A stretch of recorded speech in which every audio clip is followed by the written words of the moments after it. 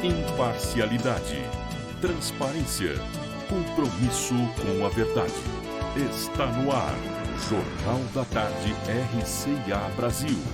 A notícia do jeito que ela é.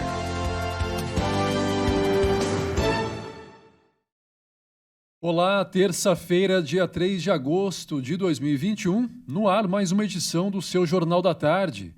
A partir de agora você fica por dentro da notícia do jeito que ela é. Muito prazer, eu sou André Lourenço, nos trabalhos técnicos Enzo Peroni e Samuel de Souza, o Samuca. Vamos então aos destaques de hoje. Vacinação contra a Covid-19 avança para 25 anos até quinta. Após obras, Prefeitura entrega a reforma e ampliação do CR do Yolanda Opsi. Bancadas do Patriota e Podemos aproveitam visita de Eduardo Bolsonaro em Araraquara e protocolam pedido de impeachment de Edinho Silva. Câmara e Prefeitura cobram cumprimento de TAC para a preservação da usina Tamoio. Pequenos negócios respondem por 72% dos empregos gerados no país. Confira ainda os destaques dos Jogos Olímpicos e o que movimentou o plantão policial nas últimas 24 horas.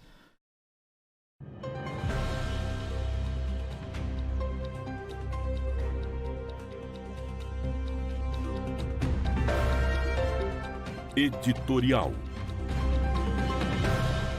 A nossa saudação a todos que nos seguem neste momento.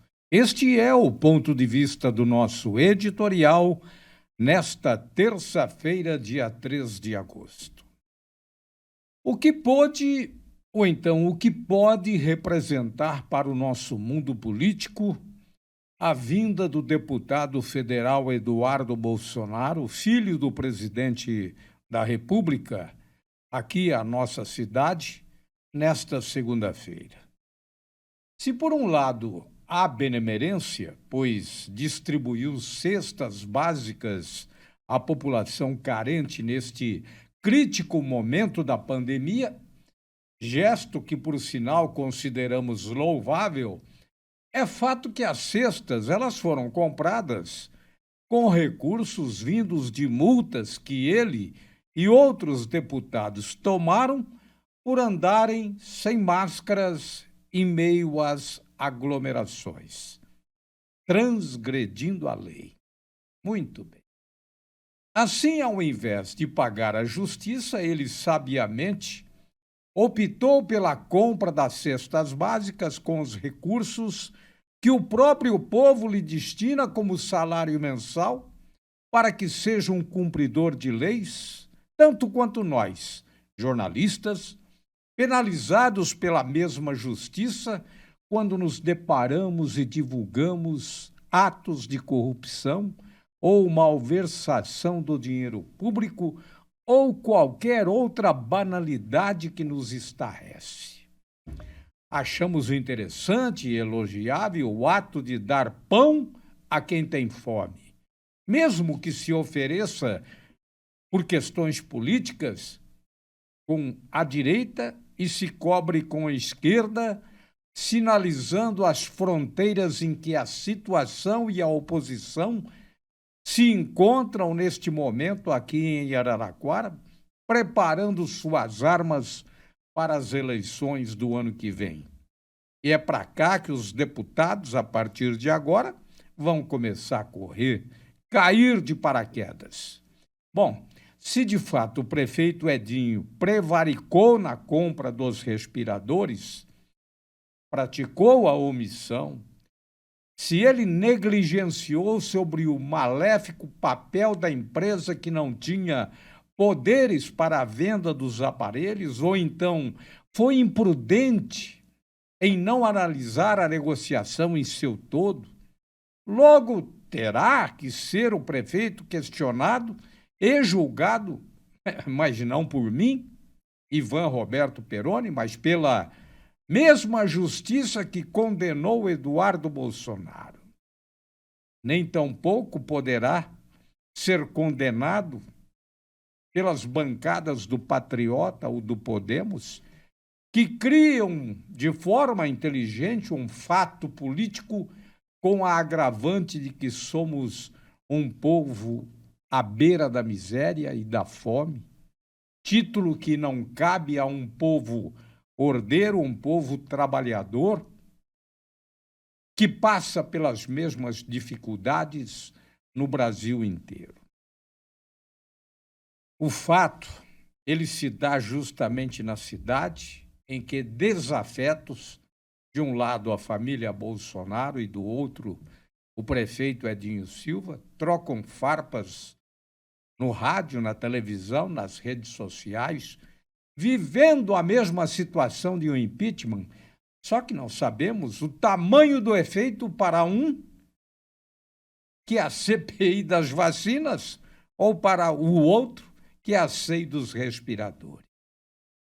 Não queiram insinuar que não há fato ou interesse político neste rap de periferia, pois são mais de 600 municípios no estado de São Paulo e Araraquara é escolhida outra vez como a terra de miseráveis, de gente passando fome.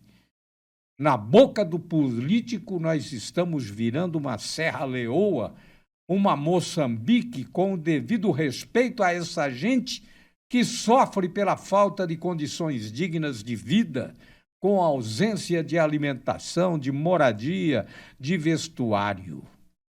Só pedimos, gente, aos políticos que parem de colocar o povo de Araraquara como massa de manobra, gente que, segundo a classe política, determinado lado, anda dizendo que a nossa gente, o nosso povo está morrendo de fome.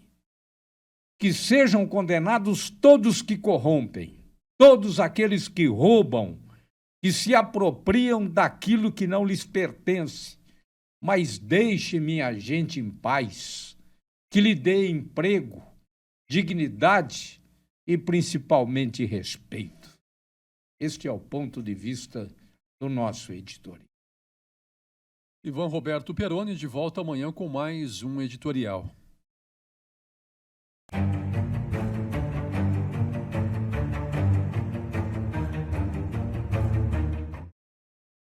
E a Prefeitura de Araraquara entregou nesta segunda a remodelação do CR José Pisani, que passou por obras de reforma e também ampliação atendendo o pedido da população nas plenárias do orçamento participativo.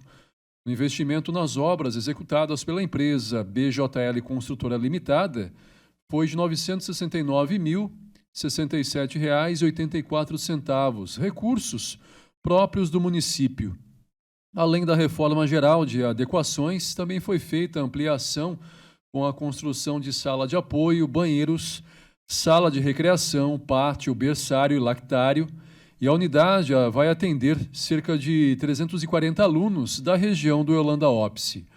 Ainda foi executada a adequação da área externa com sistema de drenagem, manutenção no sistema de iluminação e execução de piso, remodelação da área externa com serviços de jardinagem e paisagismo, aquisição de novos equipamentos e mobiliário, além da limpeza geral do local.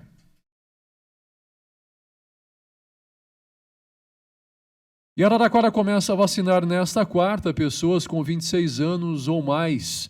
A vacinação contra a Covid-19 segue avançando no decorrer desta semana e chega às pessoas com 25 anos ou mais até a próxima quinta, dia 5.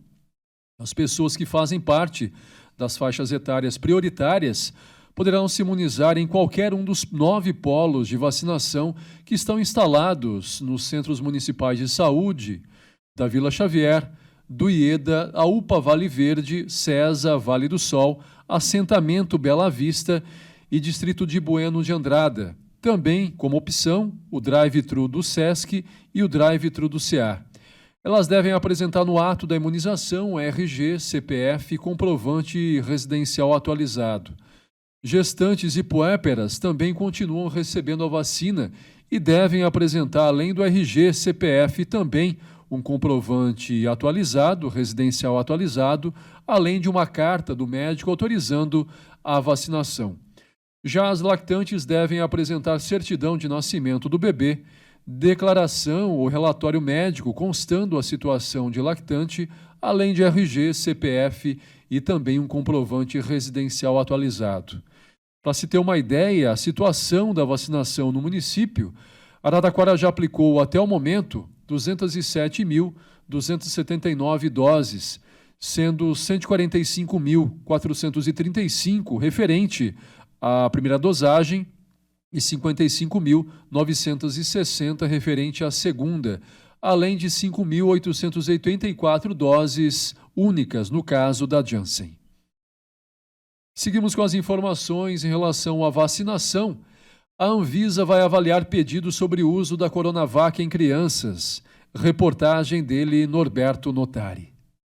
A Agência Nacional de Vigilância Sanitária vai avaliar nas próximas semanas a possibilidade de vacinar crianças com mais de 3 anos. O pedido para o uso da Coronavac foi protocolado na última sexta-feira pelo Instituto Butantan. A Anvisa confirmou a solicitação e informou que, para incluir novos públicos, é preciso conduzir estudos que demonstrem a relação de segurança e eficácia para determinada faixa etária. O governador de São Paulo, João Dória, informou que o protocolo já foi realizado pela farmacêutica chinesa, parceira do Brasil, a Sinovac. Os estudos feitos na China indicam a eficácia e a segurança dessa vacina para atender a adolescentes e também a crianças. Cabe agora à Anvisa, a Agência Nacional de Vigilância Sanitária, proceder a esta avaliação. Obviamente que ela está sendo copiada dos estudos feitos pelo laboratório Sinovac na China, para que ela possa deliberar a respeito. Nós aqui estamos confiantes de que a vacinação dos jovens de 12 a 17 anos,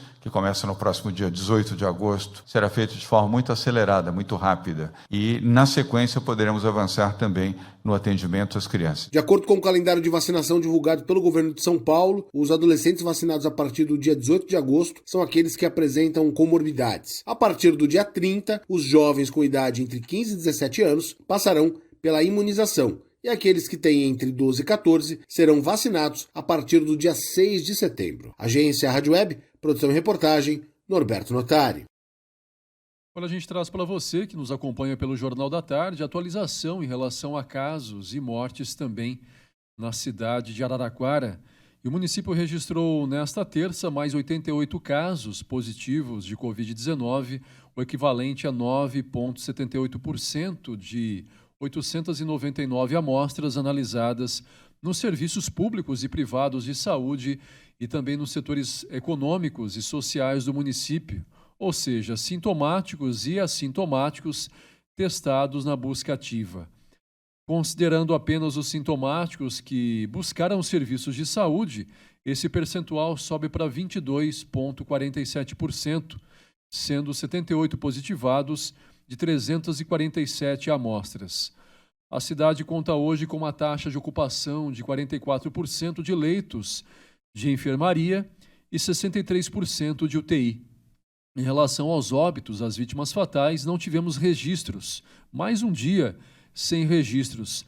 E, no momento, são registrados 560 óbitos decorrentes da Covid-19. Mais informações no seu Jornal da Tarde. Mudando um pouco de assunto, o Centro Municipal de Saúde do Jardim Roberto Celmidei vai manter seu atendimento em horário estendido para atendimento e realização de testes para a Covid-19. Isso das 5 da tarde até as 8 da noite, de segunda a sexta. Já o polo da UPA da Vila Xavier atende 24 horas por dia, durante toda a semana. Além desses dois polos de atendimento com consulta e testagem, os assintomáticos também podem buscar testes gratuitos para a Covid-19 no Terminal Central de Integração, da 1 da tarde até às 6. E ainda na Praça de Santa Cruz, também de segunda a sexta, com 75 senhas, sendo distribuídas às 7 da manhã e outras 75 às 9 da manhã. A orientação da Secretaria Municipal da Saúde é que essas pessoas com sintomas graves continuem buscando o atendimento na UPA da Vila Xavier, aberta 24 horas.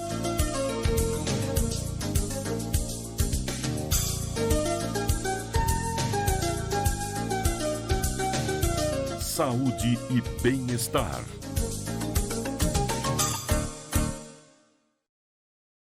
E no Saúde e Bem-Estar, o assunto é Brasil ganha guia para a população sobre exercícios físicos. Reportagem especial dele, Diego Cigales. O Guia de Atividade Física para a População Brasileira tem por finalidade oferecer informações e instruções para quem quer praticar exercícios e usufruir dos benefícios para a saúde que esta prática proporciona. O material foi produzido com coordenação da Universidade Federal de Pelotas, a UFPEL, no Rio Grande do Sul, e financiado pelo Ministério da Saúde. Em entrevista concedida à agência Rádio Web, o professor da UFPEL, Pedro Alau, que coordenou o projeto, destacou que falta adesão no Brasil à prática de exercícios físicos. O guia recomenda um volume de atividade física para cada faixa etária. Então vamos lá, o que é o volume? Quantos minutos por semana são recomendados para crianças, para jovens, para adultos, para idosos, para gestantes? E ele dá dicas muito concretas de como as pessoas podem atingir esse volume. Ele fala sobre tipos de atividade, ele fala sobre lugares onde as atividades são ofertadas, ele cita exemplos de como as pessoas podem atingir. Exatamente para falar uma linguagem bem simples para que as pessoas, ao lerem o guia, se motivem a fazer atividade física e descubram formas de chegar na atividade física. O professor Alau também destaca qual tipo de orientação o guia oferece. Infelizmente, os indicadores não são nada bons. A gente tem aí pelo menos 1/3 da população adulta e mais ou menos 80% da população adolescente não atingindo as recomendações de atividade física para a sua idade. Esse é um resultado que foi já descrito em artigos científicos produzidos por mim e por outros colegas brasileiros e que, infelizmente, serve de embasamento também para a criação do guia. O acesso ao material é gratuito. Ele pode ser feito no seguinte endereço: ufpel.edu.br. Depois, basta pesquisar por Guia de Atividade Física. Agência Rádio Web. De Porto Alegre, Diego Cigales.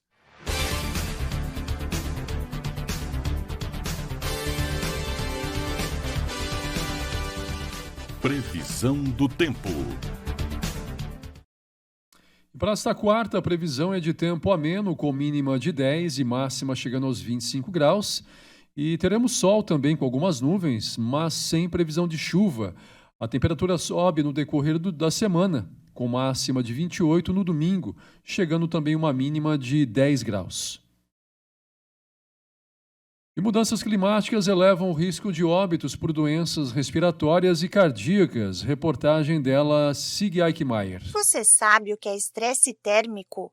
Ele ocorre quando o nosso corpo entra em contato com temperaturas exageradamente quentes e não consegue voltar ao nível normal, ou quando o frio é tão intenso que ele não consegue compensar para manter o aquecimento mínimo necessário.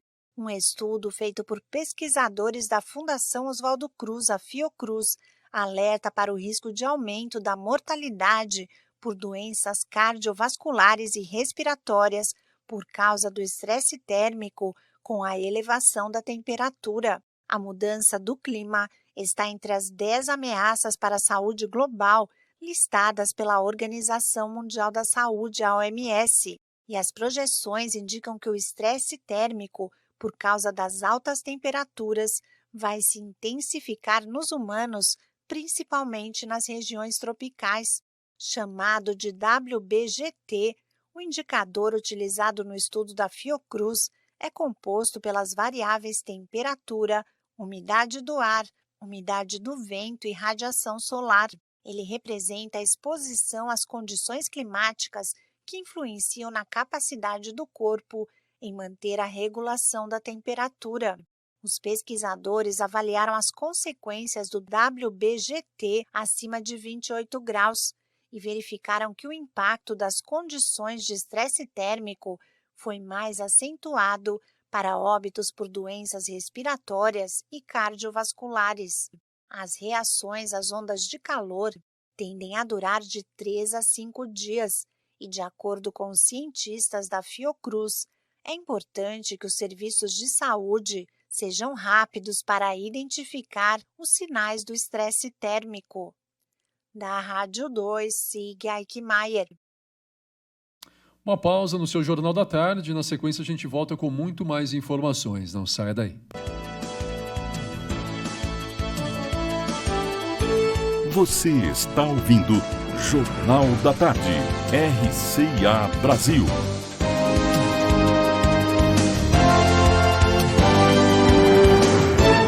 vontade de cooperar, de somar forças, sempre fizeram parte do ser humano. Mas foi em 1844, na Inglaterra, durante a Revolução Industrial, que surgiu a primeira cooperativa, quando tecelões se uniram para melhorar suas condições de vida. O cooperativismo foi ganhando força e hoje é o maior movimento social do planeta. Sicoob apresenta Cooperativismo. Tudo o que você precisa saber. Episódio 1. O cooperativismo. As pessoas com objetivos em comum se unem para formar uma cooperativa e juntas conquistarem mais. Assim, todo mundo cresce junto, dividindo resultados, seguindo os princípios do cooperativismo. Qualquer pessoa pode fazer parte de uma cooperativa. Todos os cooperados participam das decisões e dos resultados. As cooperativas são independentes e colaborativas. Elas contribuem com o desenvolvimento social e econômico de seus cooperados e de suas comunidades. Sem contar que uma cooperativa pode cooperar com a outra, fortalecendo as duas. É assim, compartilhando o crescimento, que o cooperativismo transforma para melhor a vida das pessoas. Quer saber mais? Assista aos outros episódios. Sicoob.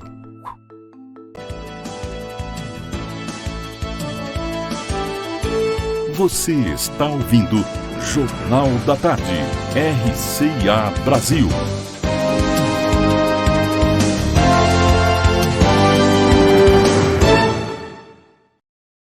Estamos de volta com mais um bloco do seu Jornal da Tarde. Saber quais foram os destaques do setor policial com ele, Tadeu Alves.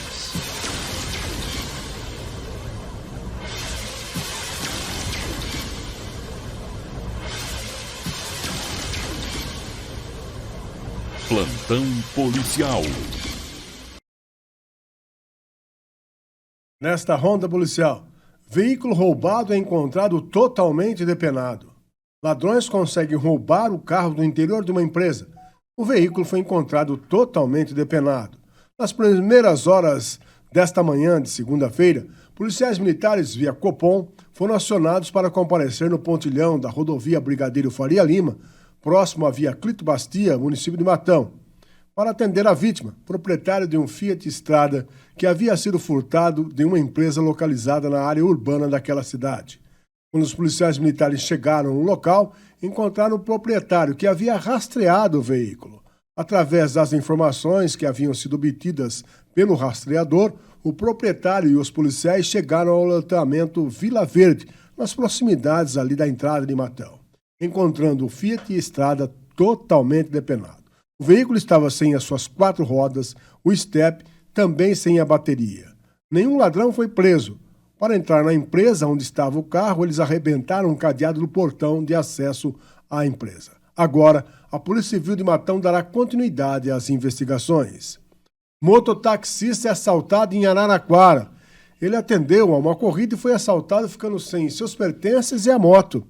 Após solicitação via Copom, policiais militares atenderam a vítima, Matheus de Souza Bernardes, 32 anos de idade, que havia sido roubado, né? Ele atendeu uma corrida e ele estava no local onde realmente o fato aconteceu. O fato aconteceu na madrugada desta segunda-feira. Segundo declarou o mototaxista, ao atender uma corrida, acabou sendo assaltado quando chegava à Avenida Joaquim Fazolaro, no Jardim Arco-Íris.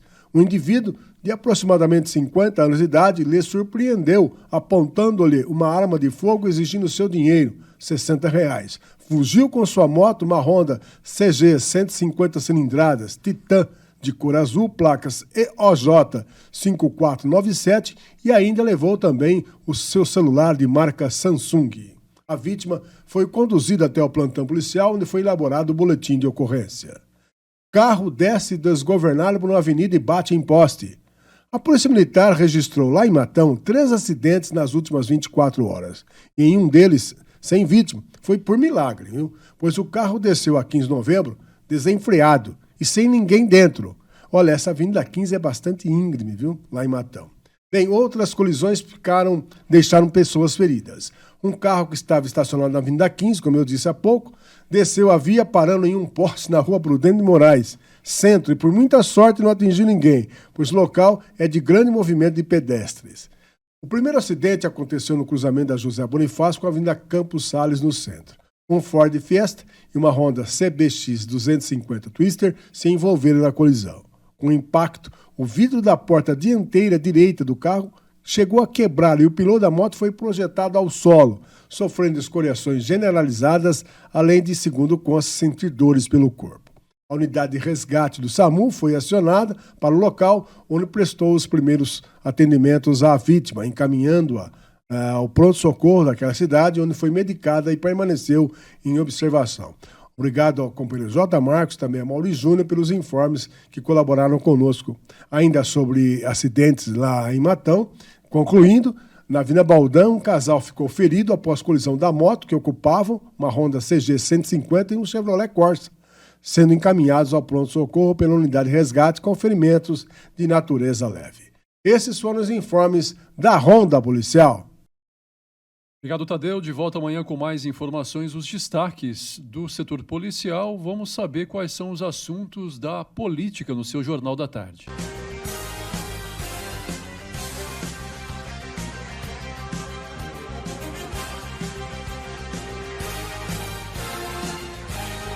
Política. E trazer mais detalhes do assunto abordado pelo Ivan Roberto Peroni em seu editorial de hoje. O deputado federal Eduardo Bolsonaro, do PSL, esteve aqui em Araraquara nesta segunda para ação de entrega de cestas básicas a entidades e também se reunir com representantes do Patriota na sede do partido. No encontro estavam presentes os vereadores do Patriota, Carlão do Joia, Marquese da Rádio e Marcos Garrido, além do candidato a prefeito Luiz Cláudio Lapena. Em seguida, o filho de Bolsonaro se dirigiu à Câmara Municipal para, em conjunto com os vereadores que atuam na bancada do Patriota e Podemos, protocolar o que eles consideram como pedido de impeachment. Pouco depois, Valdir Massucato publicou em sua página nas redes sociais a seguinte nota, abre aspas, hoje, vereadores do Patriota e Podemos, juntamente com o Dr. Lapena, Massucato, Prado e também Pedro Monteiro, acompanhados do deputado Eduardo Bolsonaro, iniciarão os trâmites legais para o pedido de impeachment do prefeito Edinho Silva, fecha aspas. Mais adiante, informa ainda em sua nota, abre aspas, o pedido estará fundamentado nas possíveis fraudes de superfaturamento e pagamento antecipado na compra de respiradores, fecha aspas. Ao mesmo tempo, a nota da oposição pede ainda, abre aspas, pressione seu vereador para também assinar o documento, fecha aspas. Seguimos com as informações da política nacional.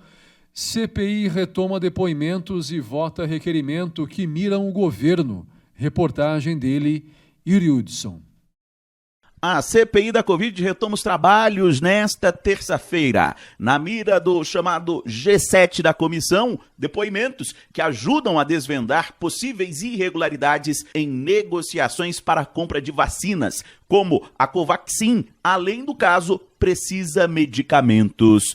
Já nesta terça-feira, a CPI vai ouvir o reverendo Hamilton Gomes de Paula. Ele foi apontado como um representante da Davat Medical Supply e quem teria intermediado as negociações entre o governo e a empresa.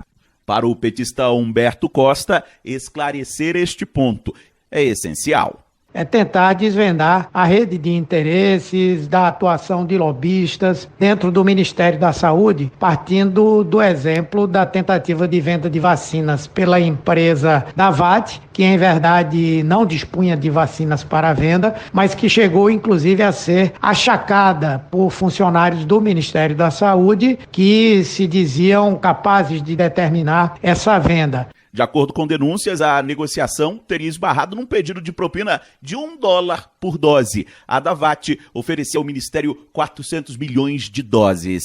Além do depoimento, a CPI tem na pauta a votação de uma série de requerimentos. São mais de 400. Entre eles, o pedido de afastamento da secretária de Gestão do Trabalho e da Educação do Ministério da Saúde, Mayra Pinheiro, conhecida como Capitã Cloroquina. Para o governista Marcos Rogério do DEM, Esse pedido extrapola os poderes da CPI. O requerimento sequer seja pautado, porque vai totalmente contra a lógica da separação de poderes. No dia que uma CPI tiver como prerrogativa determinar o afastamento cautelar de quem quer que seja, é a inversão total dos poderes, dos valores. Na quarta-feira será ouvido o tenente-coronel Marcelo Blanco. Na quinta-feira será o momento de ouvir o ex-assessor do ex-ministro Eduardo Pazuello, Ayrton Cascavel. Ainda não há depoimento agendado para esta sexta-feira. Agência Rádio Web de Brasília, Yuri Hudson. Inquérito do TSE vai investigar acusações de fraude nas urnas. Reportagem dele, Bruno Moreira. O Tribunal Superior Eleitoral aprovou a abertura de um inquérito para investigar acusações de que há possibilidade de fraude nas eleições do país. A decisão desta segunda-feira ocorre em meio ao avanço de posicionamentos do presidente Jair Bolsonaro contra o sistema eleitoral brasileiro. Todos os ministros da Corte votaram a favor de que a apuração fosse instaurada. O presidente do TSE, Luiz Roberto Barroso, rebateu acusações contra o sistema brasileiro na sessão de abertura do semestre, na noite desta segunda. A ameaça à realização de eleições é uma conduta antidemocrática. Suprimir direitos fundamentais, incluindo os de natureza ambiental, é uma conduta antidemocrática. Conspurcar o debate público com desinformação, mentiras, ódio e teorias conspiratórias é conduta antidemocrática. Há coisas erradas acontecendo no país e nós todos precisamos estar atentos.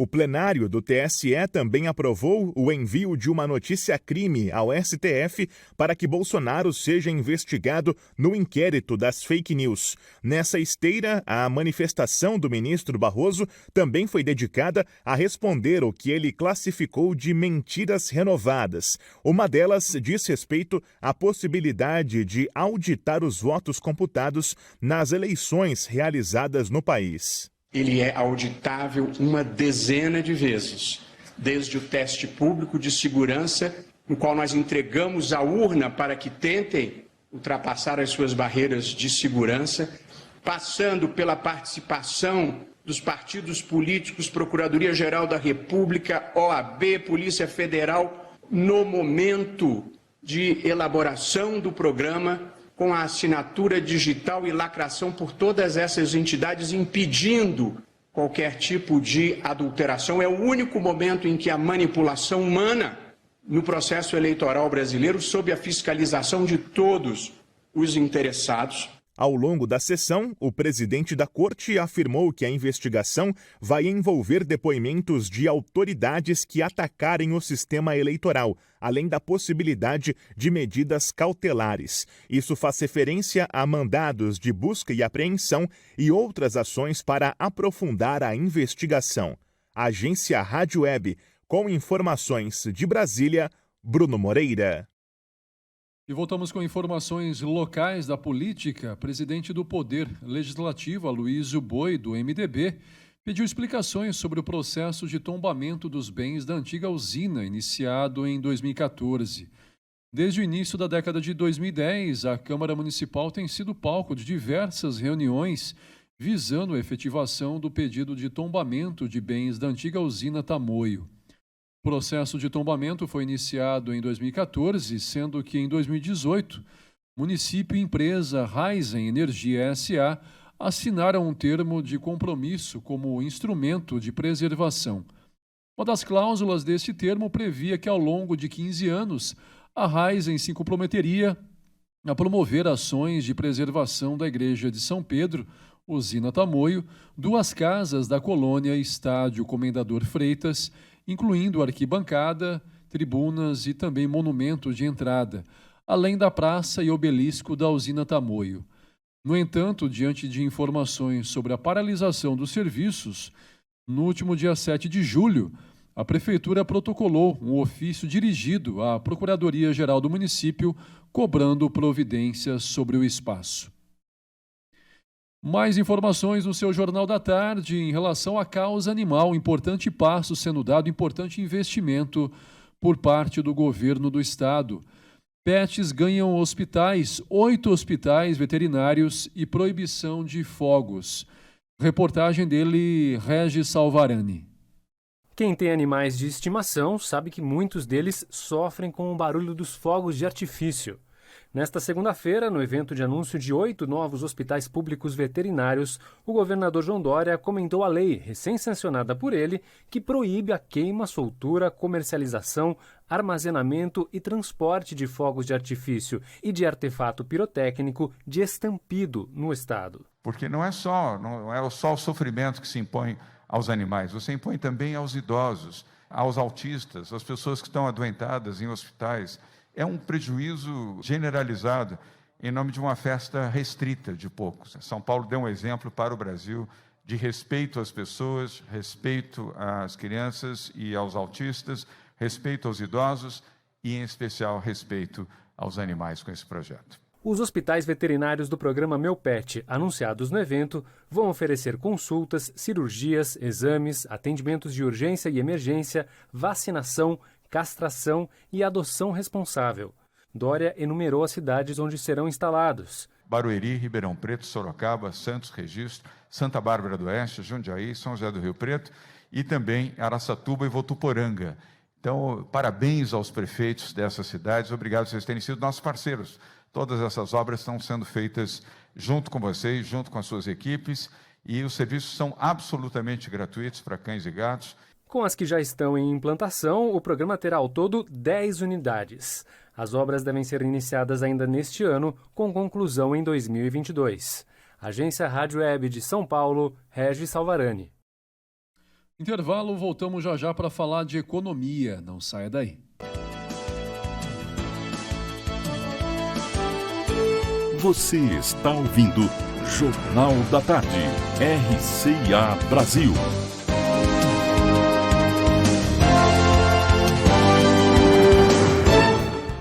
Você pode se comunicar e ouvir toda a programação da RCA Brasil em qualquer parte do mundo. Basta acessar nossa página na internet www.rcaararaquara.com.br e nas principais plataformas das redes sociais. Tenha a Brasileiríssima na palma da sua mão. Baixe o app RCA Brasil, disponível para aparelhos Android. Brasil de todas as bossas. O jeito especial de compor, cantar e tocar a música popular brasileira de todos os tempos, com destaque para a Bossa Nova. Quinta, 6 da tarde. Reapresentação, sexta, 8 da noite.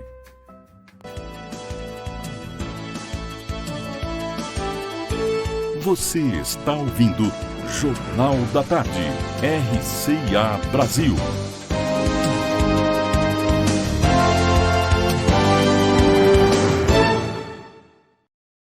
Estamos de volta com o seu Jornal da Tarde, mais um bloco, e saber quais são os destaques no setor da economia.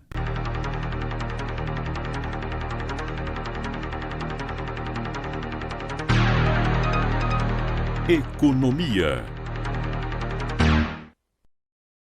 E os pequenos negócios apresentaram um saldo positivo de 2.094.812 empregos com carteira assinada, que significa 71,8% das vagas criadas no país. Número quase 3 vezes superior ao das médias e grandes que contrataram entre julho de 2020 e julho de 2021. 717.029 trabalhadores, segundo o levantamento do Serviço Brasileiro de Apoio às Micro e Pequenas Empresas, o SEBRAE, com base nos dados do Cadastro Geral de Empregados e Desempregados, o CAGED, do Ministério da Economia. Apenas em junho de 2021, as micro e pequenas empresas apresentaram 871.197 admissões contra 654.801 desligamentos, resultando em um saldo positivo de 216.396 empregos gerados. Esse montante equivale a 70% do total de empregos no território nacional. Já as médias e grandes empresas fizeram 663.993 admissões contra 596.048 desligamentos, com saldo positivo de 67.945 empregos, o que equivale a 21,9% do total gerado no país. Ainda de acordo com o Sebrae, o segmento de serviços, um dos mais afetados pela pandemia de Covid-19, foi o que mais gerou empregos. Em junho, essas empresas criaram 87.200 novas oportunidades, 200 novas vagas, seguidas pelas do comércio, com 63.200. Indústria da transformação, com 30.900, construção civil, com 26.400 e agropecuária, com 5.900. Todos os setores das MPs apresentaram resultado positivo, diferentemente do que ocorreu na MGE, que fecharam cerca de 6.000 vagas na construção civil. Seguimos com as informações de economia. Judiciário ajuda superendividamento a renegociar seus débitos. Informações dele, Edir Gaia. Em 2 de julho de 2021, foi sancionada a Lei 14.181, que altera o Código do Consumidor e o Estatuto do Idoso.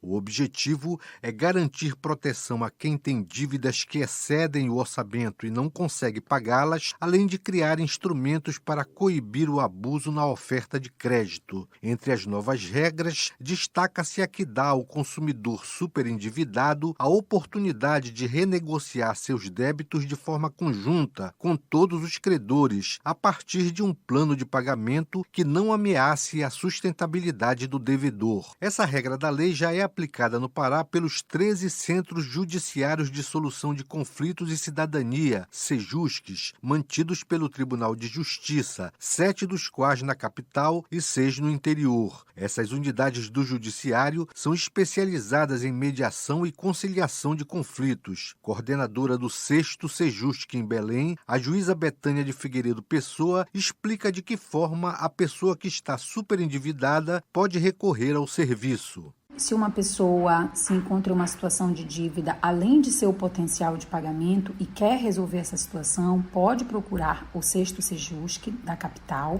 ou um SEJUSC mais próximo de sua residência e dar entrada em um pedido chamado processo de repactuação de dívida, onde irá relatar o seu caso, juntar os documentos e vai ser instaurado um processo. Os credores serão chamados para uma mediação e juntos será discutido um plano de pagamento para que se possa pagar as dívidas em um prazo maior, com juros menores, garantindo o mínimo de sobrevivência e sem fazer novas dívidas. Trabalhando atualmente como gerente de uma loja em Belém, uma comerciária de 39 anos relata de que forma perdeu o controle de suas dívidas após ter sido demitida no início do ano passado. Comecei a me endividar ainda mais com o meu cartão, comprar umas coisas compulsivamente, você vai achando que vai arranjar outro emprego, que as coisas vão melhorar, mas aí veio a pandemia e as coisas só se complicaram ainda mais. E aí as minhas dívidas foram virando uma bola de neve, não estava conseguindo pagar e saiu completamente do controle. Foi então que a comerciária procurou o 6º SEJUSC da capital em busca de ajuda para frear o descontrole do endividamento. Ela avalia o serviço como prático e acessível. Eles ajudam você, junto aos credores, a planejar uma forma de pagamento, de como quitar essas dívidas sem ficar se endividando ainda mais, porque senão as coisas só se complicam. Aí eu gostei bastante da praticidade. Então eu acho que é uma boa forma para quem quer se livrar dessas dívidas, dessa dor de cabeça com os credores. Eu gostei bastante, porque eles ajudam você a planejar esse pagamento, se livrar dessa dor de cabeça. Não é preciso advogado para recorrer aos SEJUSCs. Os conciliadores e mediadores são capacitados nas práticas de autocomposição e acordos. O serviço está disponível também nos juizados especiais da capital e do interior, com atendimento presencial ou virtual. Há também o SEJUSC virtual, onde se registra o pedido pela internet de qualquer local. Mais informações no site www.tjpa.jus.br. Agência Rádio Web de Belém, Edir Gaia.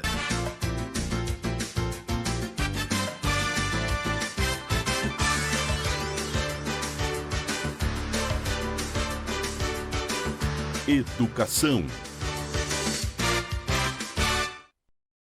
Inscrições para o vestibular da Unicamp vão até o próximo dia 8 de setembro. Detalhes com ela, Bernadette Druzian. Inscrições para o vestibular Unicamp 2022 estão abertas até 8 de setembro, exclusivamente pela internet. São 2.540 vagas oferecidas em 69 cursos e os candidatos podem escolher até 2 opções da mesma área. O manual de normas está na página da Conveste, com os detalhes sobre a seletiva, que terá a primeira chamada em 14 de fevereiro. A taxa de inscrição é de R$ 180 e deve ser paga até 10 de setembro. A partir desta quarta até a sexta-feira, será possível pedir redução parcial do valor, de acordo com critérios estabelecidos no manual. A primeira fase do vestibular será em 7 de novembro deste ano, em dia único de prova. Já a segunda fase está marcada para os dias 9 e 10 de janeiro de 2022. Candidatos aos cursos de música farão provas de habilidades específicas antes da primeira fase, em setembro e outubro. Nos demais cursos, as habilidades serão aferidas entre 13 e 15 de janeiro do ano que vem. Como na edição de 2021, a Unicamp manteve o mesmo número reduzido de questões, de 90 para 72, e o tempo máximo para a realização da prova da primeira fase é de 4 horas. Da Rádio 2, Bernadette Druzian. E trazer informações de um outro grande vestibular, inscrições abertas também é da FUVEST, a fundação responsável pelo vestibular da Universidade de São Paulo, a USP, que divulgou o manual do candidato para o concurso vestibular 2022 nesta segunda. No material, os candidatos podem conferir os detalhes sobre inscrições, provas da primeira e da segunda fase e também matrícula, entre outros aspectos do processo seletivo. As inscrições podem ser realizadas entre os dias 16 de agosto e o dia 1º de outubro, e a prova da primeira fase está prevista para o dia 12 de dezembro de 2021, ou seja, ainda este ano, enquanto as provas da segunda fase serão realizadas nos dias 16 e 17 de janeiro de 2022. Mais informações para você consultar esse manual, acesse o site www.fuvest.br. Seguimos com as informações da educação para poder fechar o bloco. Inscrições do SISU para vagas em universidades abrem nesta terça. Reportagem dela, Bernadette Druzian. Abre nesta terça-feira o período de inscrições para candidatos que querem disputar uma vaga em universidades públicas pelo SISU. Vale para quem prestou o Exame Nacional do Ensino Médio e pode usar a nota na classificação, desde que não tenha zerado na redação. As vagas disponíveis podem ser consultadas na página do SISU por cidade, curso e instituição. O candidato pode escolher até 2 opções no ato da inscrição e modificar a escolha ao longo do processo, que termina nesta sexta-feira, dia 6. O resultado da seleção será divulgado em 10 de agosto e as matrículas começam no dia seguinte. Da Rádio 2, Bernadette Druzian. Uma pausa, na sequência a gente volta com esporte e ele trazendo Rafael Zucco. A gente volta já. Você está ouvindo Jornal da Tarde, RCA Brasil.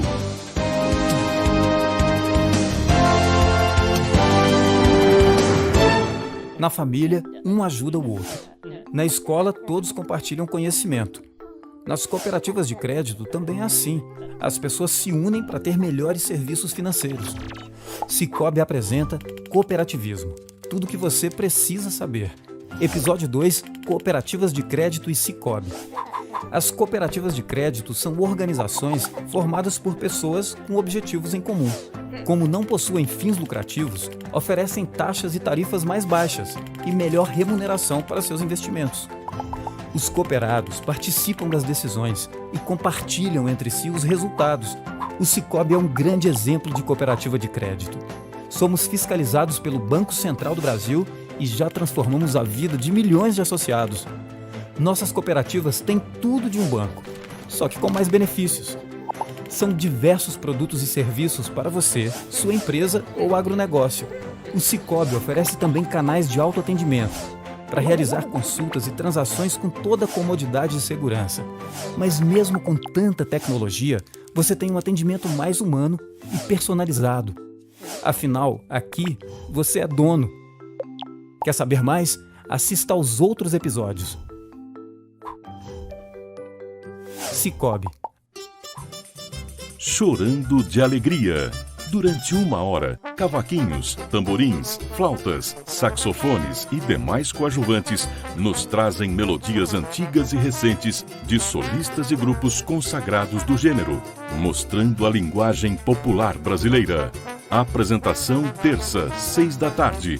Reapresentação quarta, 8 da noite. Brasil de todos os tempos. O registro dos momentos mais significativos da música popular brasileira por seus autores e intérpretes. Domingo, 10 da manhã. Reapresentação quarta, 9 da noite.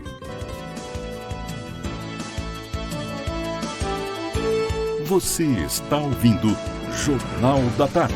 RCA Brasil.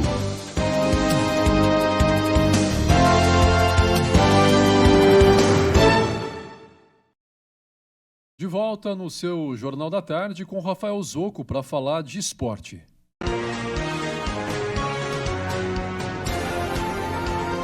Esporte. Olá para você que está ligado nas redes sociais da RCA em Araraquara, desta terça-feira, dia 3 de agosto de 2021. Jogos Olímpicos. O Brasil conquistou mais 4 medalhas nos Jogos de Tóquio 2020.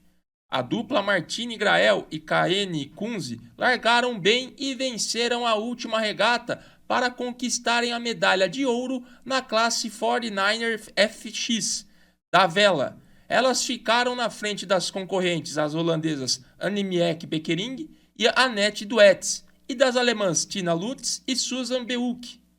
Esta foi a 19ª medalha olímpica conquistada pela modalidade na história.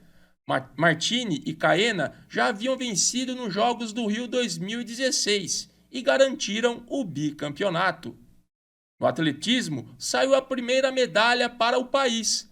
Alisson dos Santos competiu nos 400 metros com barreira e, com o tempo de 46 segundos e 72, garantiu a medalha de bronze. Além do feito, o atleta de 21 anos, que é natural de São Joaquim da Barra, conseguiu a 4ª melhor marca na história da modalidade nos Jogos. Ele ficou apenas atrás dos 2 primeiros e do antigo recorde mundial, que pertencia a um norueguês, que era de 46 segundos e 70. Quem também subiu no pódio foi o pugilista Abner Teixeira. Nas semifinais do boxe meio pesado até 81 quilos, ele foi derrotado pelo cubano Julio Lacruz por decisão dividida, 4-1, e ficou com a medalha de bronze. Lembrando que na modalidade não existe disputa pelo 3º lugar. Essa foi a 4ª medalha de bronze conquistada pelo país na história dos Jogos no boxe. Antes, subiram no pódio Servilho de Oliveira, na Cidade do México em 68, e Adriana Araújo e Yamaguchi Falcão, nos Jogos de Londres 2012.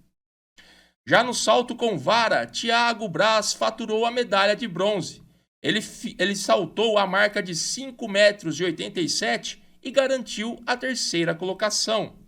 Thiago havia faturado o ouro no Rio 2016 e conseguiu subir no pódio mais uma vez. No futebol, o Brasil já tem garantida pelo menos a medalha de prata. Na manhã de hoje, a seleção encarou o México e venceu nos pênaltis por 4-1, após empatarem por 0-0 no tempo normal e na prorrogação. Nas penalidades, o goleiro Santos brilhou e defendeu a cobrança de Eduardo Aguirre, enquanto Vasquez mandou na trave. Carlos Rodrigues fez o único gol dos mexicanos. Já Daniel Alves, Gabriel Martinelli, Bruno Guimarães e Renier fizeram para a seleção brasileira, que vai em busca do bicampeonato olímpico. no próximo sábado, às 8h30 da manhã, horário de Brasília. Futsal feminino. A Ferroviária Fundesporte segue em grande fase e venceu mais uma vez por goleada.